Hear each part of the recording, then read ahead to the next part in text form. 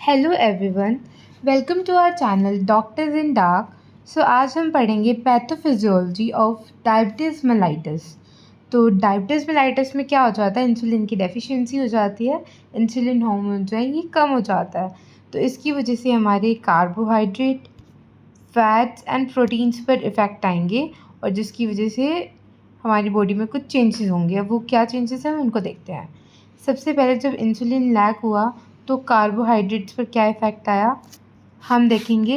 Insulin जब कम होगा, insulin का काम क्या है, ब्लड ग्लूकोज लेवल्स को डिक्रीज़ करना।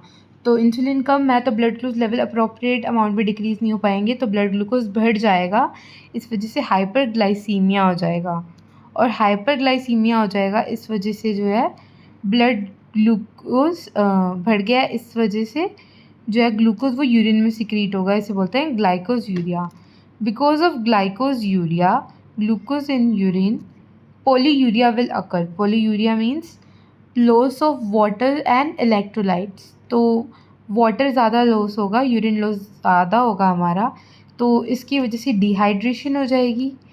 डिहाइड्रेशन की वजह से क्या होगा, ब्लड वॉल्यूम कम हो जाएगा। और क्योंकि हमारा ब्लड वॉल्यूम कम हो जाएगा, ब्लड वॉल्यूम कम होने की वजह से हमारा ब्लड प्रेशर कम हो जाएगा।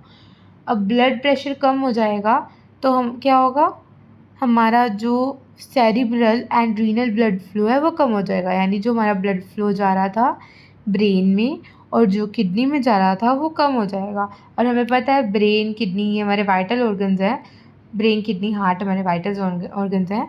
इस वजह से हम इनकी ब्लड फ्लो डिक्रीज़ हुई तो इस वजह से कोमा एंड डेथ हो जाएगी एक्चुअली। उसके बाद नेक्स्ट हम चलते हैं इंसुलिन लैक का on or fats. Insulin lack on fats. So let's see insulin lack on fats. जब इंसुलिन कम होगा ना तो लाइपोजेनेसिस डिक्रीज़ हो जाएगा, यानी फैट फॉर्मेशन डिक्रीज़ हो जाएगी। क्योंकि लाइपोजेनेसिस डिक्रीज़ हो जाएगा तो न्यू फैट नहीं बनेगी, तो जो ऑलरेडी डिपॉजिटेड फैट्स थी तो उसकी मोबिलाइजेशन इंक्रीज़ हो जाएगी। Because of mobilisation of depot fats the triglycerides will increase and hypertriglyceridaemia will occur. अब ये जो हाइपर ट्राइग्लिसराइडीमिया हुआ है इसकी वजह से एक तो हमें फैटी लिवर देखने को मिलेगा, दूसरा ऑक्सीडेशन जो होती है फ्री फैटी एसिड्स की वो डिक्रीज़ हो जाएगी। क्योंकि फ्री फैटी एसिड की ऑक्सीडेशन डिक्रीज़ हो गई तो हमारा एसिटाइल को एंजाइम में इंक्रीज़ हो गया, क्योंकि एसिटाइल को एंजाइम में हमारा oxidation of free fatty acid में यूज़ होता है। तो क्योंकि एसिटाइल को एंजाइम इंक्रीज़ हो गया तो फिर क्या होगा, कीटोजेनेसिस इन लिवर इंक्रीज़, तो more ketone bodies will be formed. इस वजह से अब एक तो कीटोनीमिया होगा, that is ketone bodies in blood. दूसरा होगा हमारा कीटोनीमिया की वजह से आगे क्या होगा, मेटाबॉलिक एसिडोसिस हो जाएगा, that is blood pH will decrease, fall below 7। Second, ketone bodies in blood, इसकी वजह से क्या होगा, इसकी वजह से हमारा coma and death will occur. ठीक है, हमने कहा था कीटोजेनेसिस जो है, more ketone bodies in liver जो है ये बन रही है, इसकी वजह से एक तो कीटोनीमिया हुआ था, कीटोनीमिया की वजह से फिर फर्दर हमारी क्या कहते हैं, एक तो कोमा एंड डेथ हुई थी और दूसरा मेटाबॉलिक एसिडोसिस हुआ था। लेकिन कीटोन यूरिया की वजह से क्या होता है, जब कीटोन यूरिया होता है तो that is ketone bodies in urine, उसकी वजह से loss of sodium ions in urine will increase. मतलब सोडियम आयन्स इन यूरिन जो है वो उनका लॉस हो जाएगा। इसकी वजह से loss of Na+ in urine की वजह से क्या है, Na+ ज़्यादा होंगे यूरिन में तो डिहाइड्रेशन हो जाएगी और dehydration, so that is all about our insulin lack. So next हम पढ़ते हैं इंसुलिन लैक ऑन प्रोटीन्स।